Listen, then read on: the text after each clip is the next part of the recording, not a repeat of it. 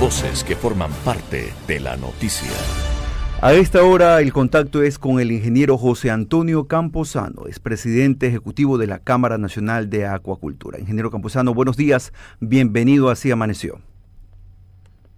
Muy buenos días, un saludo a quienes nos escuchan a través de la señal de Radio City esta mañana y a ustedes en el panel. El sector comercial, que proyecta destinar más de 800 millones para seguridad en 2023, está uniéndose al pedido de los exportadores de duplicar la deducibilidad de estos gastos. ¿Nos podría explicar en términos sencillos cuál es la petición del sector comercial en esta materia? Y muchísimas gracias. Efectivamente, el sector comercial ha hecho ese anuncio que nosotros anticipamos a través de Cordex como representante del sector exportador de solicitar que se haga una reforma a la ley de régimen tributario, que es la que establece todas las reglas y mecanismos mediante los cuales hacemos el pago de nuestros impuestos, para que en el caso puntual y exclusivo de aquellos costos relacionados a la contratación de servicios de seguridad o adquisición de equipamiento relacionado a seguridad, ese rubro puntualmente tenga una mayor deducibilidad al momento del cálculo del pago al impuesto a la renta. Es decir, cuando usted tiene que hacer el pago de sus impuestos, usted tiene que deducir todos aquellos costos relacionados a la actividad productiva a la que usted se dedica. En este caso particular, este rubro, el rubro de costos relacionados a la seguridad, tenga la posibilidad de deducirse hasta en un 150% o más, dependiendo de qué es lo que se converse con el gobierno nacional. Es decir, si usted gasta 100 en seguridad, que se permita que ese gasto tenga una mayor deducibilidad, es decir, pueda deducir hasta 150 o hasta 200, dependiendo del tratamiento que se le dé.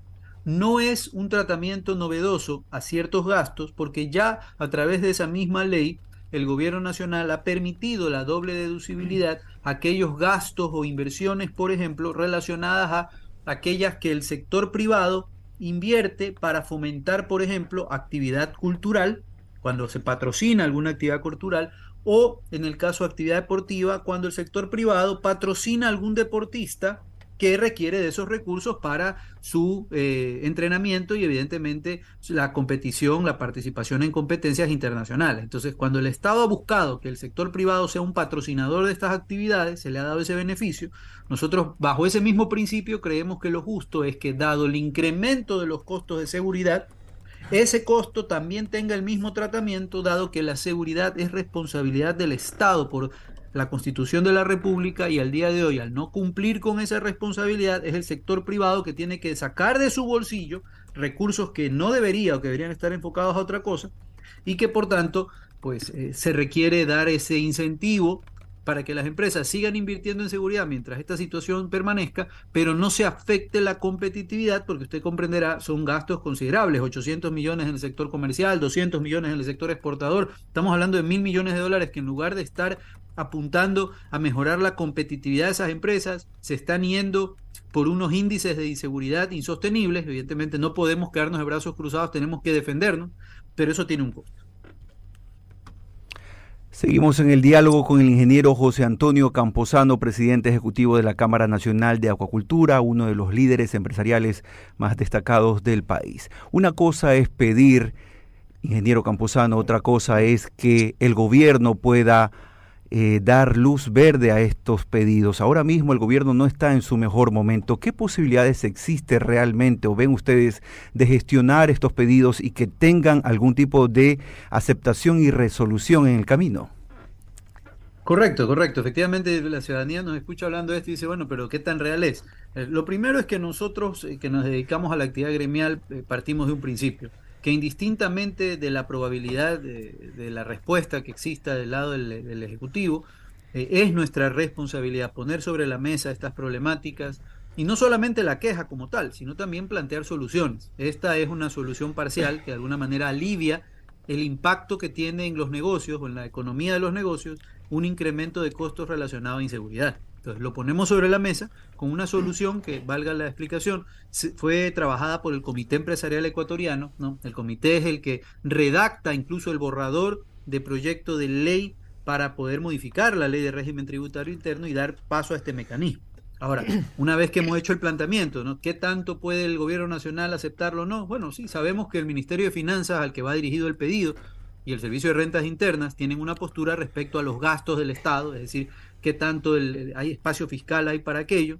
Sabemos que hay una respuesta negativa respecto a generarle más gastos al Estado, pero también lo cierto es que cuando en el presupuesto usted asigna 100 al Ministerio del Interior y el Ministerio del Interior en los primeros 8 meses del año, de esos 100 que usted le asigna en el presupuesto, en la contabilidad, ha ejecutado 8, porque eso es lo que ha ejecutado el Ministerio del Interior, 8% de su presupuesto. Entonces, es evidente que usted puede reducir en algo ese presupuesto para cubrir este espacio, porque lo cierto es que al final, si el Ministerio del Interior no hace ese gasto, ese desembolso, usted está asignando en exceso presupuesto, que sí lo está ejecutando el sector privado con el objetivo de cumplir con la labor asignada a dicho ministerio, es decir, estamos supliendo la responsabilidad del Ministerio del Interior que no ejecuta sus recursos, entonces plenamente pudiera el Ministerio de Finanzas decir, ok, si esto le va a costar al Estado 20 millones de dólares, 15 millones de dólares, esos 15 lo vamos a bajar del Ministerio del Interior, que dicho sea de paso, no ejecuta, ¿no? Por todas las, claro, por todas las justificaciones que habrá dado respecto al tema de compras públicas, lo cierto es que no ejecuta, lo cierto es que no hay armamento, lo cierto es que no hay chalecos para los policías, mientras que las empresas de seguridad privada, claro, hacen el gasto. Bueno, entonces a ellos reconózcales la doble deductibilidad para que ese golpe no sea tan fuerte, porque lo cierto es que no es correcto que sectores como el sector exportador tengan que gastar 200 millones de dólares anuales en seguridad, mientras que nuestros competidores en sus países de origen no tienen ese rubro como lo tenemos en el Ecuador. Entonces entramos en una competencia desleal. Son las 8 de la mañana con 19 minutos. Tenemos al presidente ejecutivo de la Cámara Nacional de Acuacultura, el ingeniero José Antonio Campuzano. José Antonio, Guillermo Hidalgo lo saluda. Oiga, le voy a hacer una pregunta que viene al momento. Yo tengo 3 amigos, tengo un patio en mi casa, cada uno compramos unas palas, hacemos un hueco y cultivamos tilapias. ¿Es así de fácil? Porque en la cárcel lo hacen ver así de fácil. Muchísimas gracias por su pregunta. No es así de fácil y no es así de legal, ¿no? O es ilegal un poco lo que usted me describe, ¿no? La actividad acuícola se rige por la Ley Orgánica de Fomento a la Acuacultura y la Pesca, la LODAP. Ajá. Y esa ley establece que toda persona natural o jurídica que se dedique o que quiera dedicarse a la cría y cultivo de especies bioacuáticas, ya sea esta tilapia, camarón, trucha, etcétera, etcétera, ¿no? En cualquiera de sus fases, porque tiene la fase de maduración, laboratorio de larva o náupleo, ¿no? Que es el estadio, primer estadio de estos animales, y luego ya la cría y engorde, Ajá. debe obtener permiso de la autoridad competente para ejercer dicha actividad, inclusive el procesamiento, la comercialización interna, la comercialización externa. Bueno, José Antonio, pero la pregunta va más allá de eso. Es los químicos que necesitan, los alimentos que se necesitan, los estudios que se necesitan. Me imagino que las piscinas no han de ser no, hay que curar esas piscinas. O sea, hay una cantidad de cosas que pasaron por sistemas de seguridad, que pasaron supuestamente por guías penitenciarios, que pasaron por los otros reos, pero ahí estaba. O sea, es algo que no me cabe en la cabeza. Entonces quiero que usted nos explique qué se necesita para tener una piscina de tilapias en un patio. Le voy a dar un dato. La tilapia es un animal cuyo ciclo de producción por lo menos dura 9 meses. O sea, no es en el caso del camarón, que dura mucho menos, 100, 110 días. En el caso de la tilapia son 9 meses hasta que usted pueda cultivar, a menos que sea un poco más eficiente, etcétera, etcétera. Es decir, y habrá que ver cuántos ciclos ya llevaba esa unidad productiva, por llamarlo de alguna manera ahí. Pero no debería extrañar en un país donde reos celebraron el carnaval en una piscina propia dentro de una cárcel, Cuenca, donde claro, cuando usted ve las incursiones en los centros de detención y hay murales dedicados a los grupos delictivos, es decir, y esos murales no se pintaron en media hora, pues no, o sea, a vista y paciencia del sistema penitenciario, ellos han decorado las zonas donde están con estos colores, con estos símbolos y demás, cuentan con equipos de televisión, hacen ¿cómo se llama? Transmisiones en vivo a través de redes sociales. Entonces realmente es una realidad que no creo primero que sea nueva, no creo que se haya instaurado en el sistema penitenciario en los últimos 5 meses, 8 meses. Esto es un sistema que está establecido así, ¿no?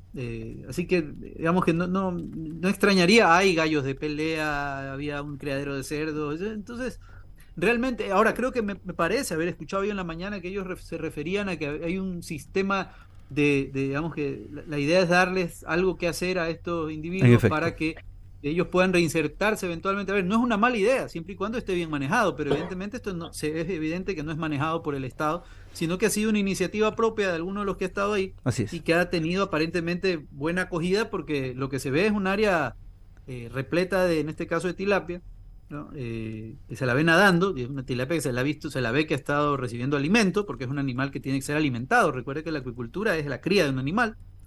Así que anecdótico para estas cosas que solo parece suceden en el Ecuador. Muchísimas gracias al ingeniero José Antonio Camposano, presidente ejecutivo de la Cámara Nacional de Acuacultura, en el contacto a esta hora con Radio City.